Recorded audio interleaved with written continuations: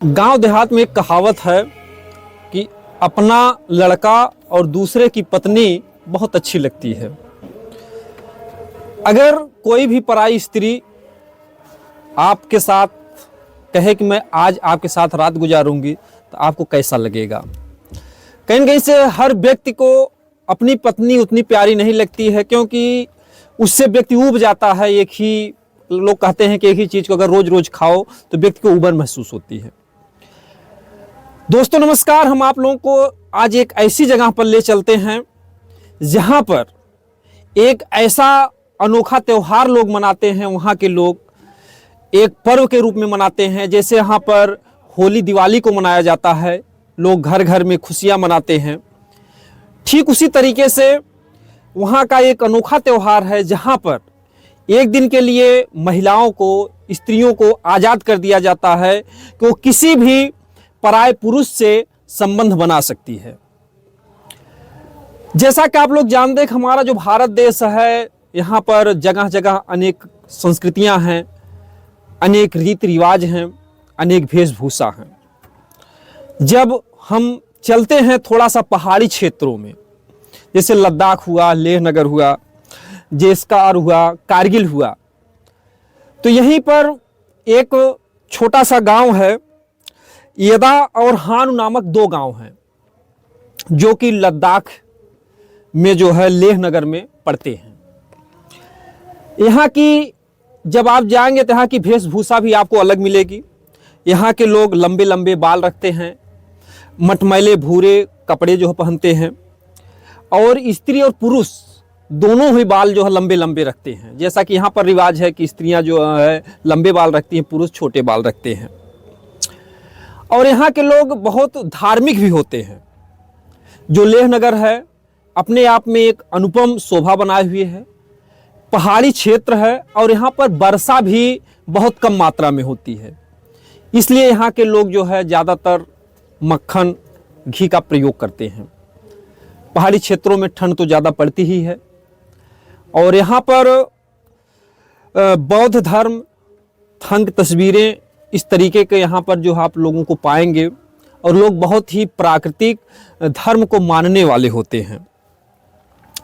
तिब्बती नस्ल में एक कबीला आपको मिलेगा जो कि शुद्ध आर्य रक्त लिए हुए, इनका जो रूप है वो उनके जो उन्नत ललाट, गौर वर्ण, नाक थोड़ी चपटी, ऊंचा कद होता है। ये लोग बहुत ही धार्मिक प्रवृत्ति के होते हैं और हमेशा कुछ न कुछ पूजा पाठ किया करते हैं। इन्हीं लोगों में एक ऐसा त्यौहार मनाते हैं वर्ष में केवल एक बार।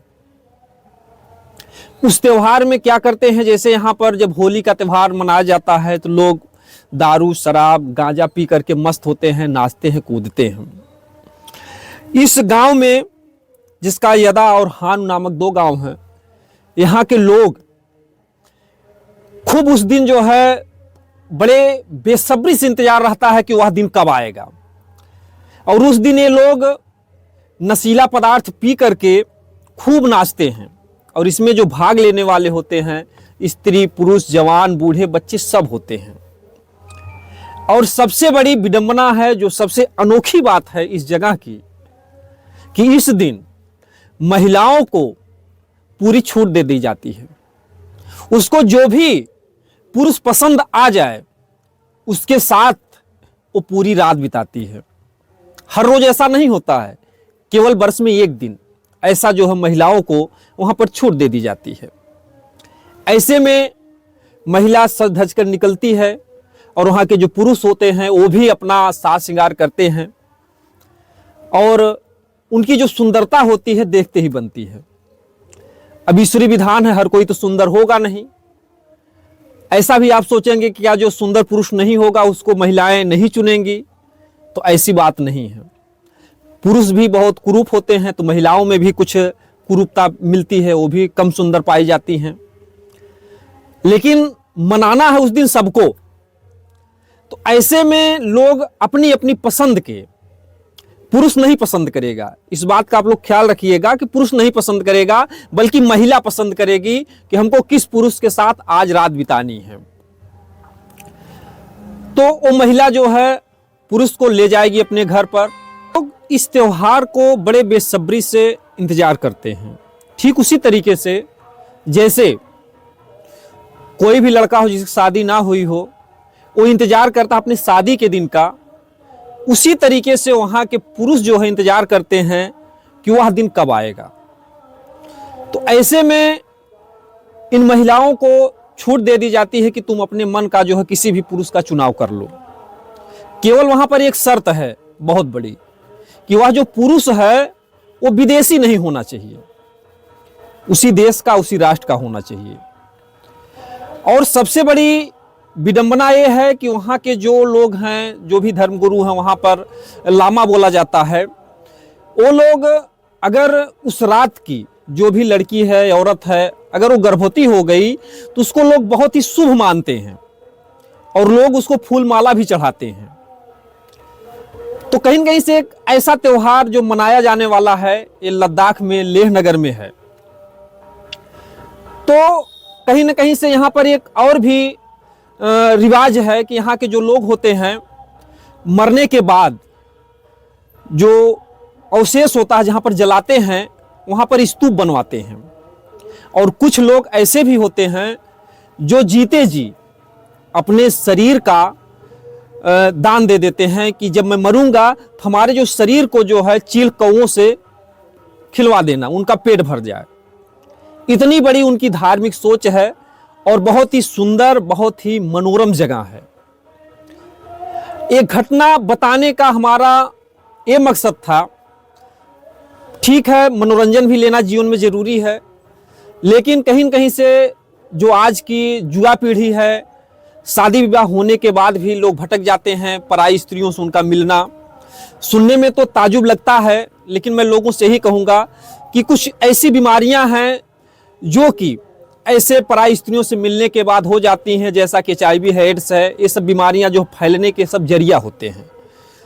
तो ऐसे तो त्यौहार भारत में तो अभी नहीं मनाए जाते हैं, लेकिन भारत के पड़ोसी देश में मनाए जाते हैं। लोग जिनकी भी शादी ब्याह हो गया है अपने पत्नी में ही आनंद ढूंढें, पल भर की मजा जीवन भर की सजा भी बन जाती है। तो ऐसा वहाँ पर तो त्यौहार मनाया जा रहा है। तो ऐसे में लोग अपने मन को बहुत बहकावे में ना ले जाएं, पर स्त्रियों से बचें जहाँ तक संभव हो सके, क्योंकि जो अपनी स्त्री है उसी को अगर आप साज श्रृंगार से रखेंगे, प्यार मोहब्बत से रखेंगे, तो आपका जीवन बहुत ही सुंदर तरीके से चलेगा। और मैं इसी तरीके से जो भी देश विदेश में जो भी अजूबे घटनाएं होंगी, जो अजूब जगह होगा, जिनसे कुछ एक नई सीख हम समाज को दे सकेंगे, ऐसी घटनाओं को आप लोगों के बीच में हम बराबर लाते रहेंगे।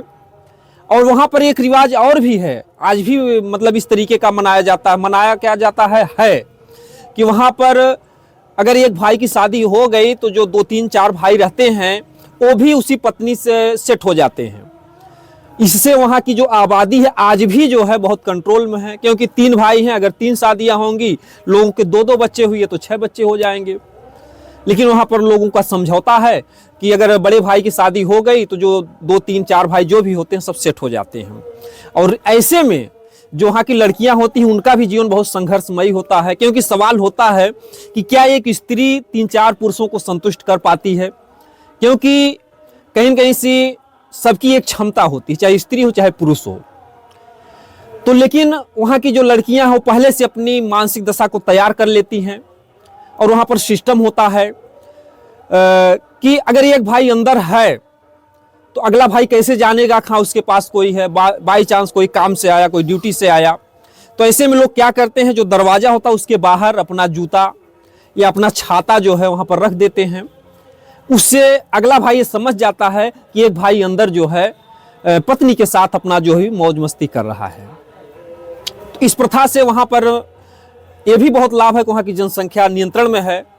और यहाँ भी मैं कहूँगा कि जो भारत देश में जो बेरोजगारी बढ़ रही है, तमाम समस्याएं बढ़ रही हैं, तो यहाँ तो मैं नहीं कहूँगा कि 3-4 भाई के पास एक ही पत्नी हो, लेकिन कम से कम जनसंख्या नियंत्रण होना चाहिए, 1 से 2 बच्चे, इससे ज़्यादा ना। और हम फिर किसी जो है नेक्स्ट वीडियो मिलते हैं एक मनोरंजक और रोचक कहानी के साथ। तब तक आप सभी लोगों को हमारी तरफ से उम्मीद है कि ईश्वर आप सब लोग खुश रखें। जय हिंद।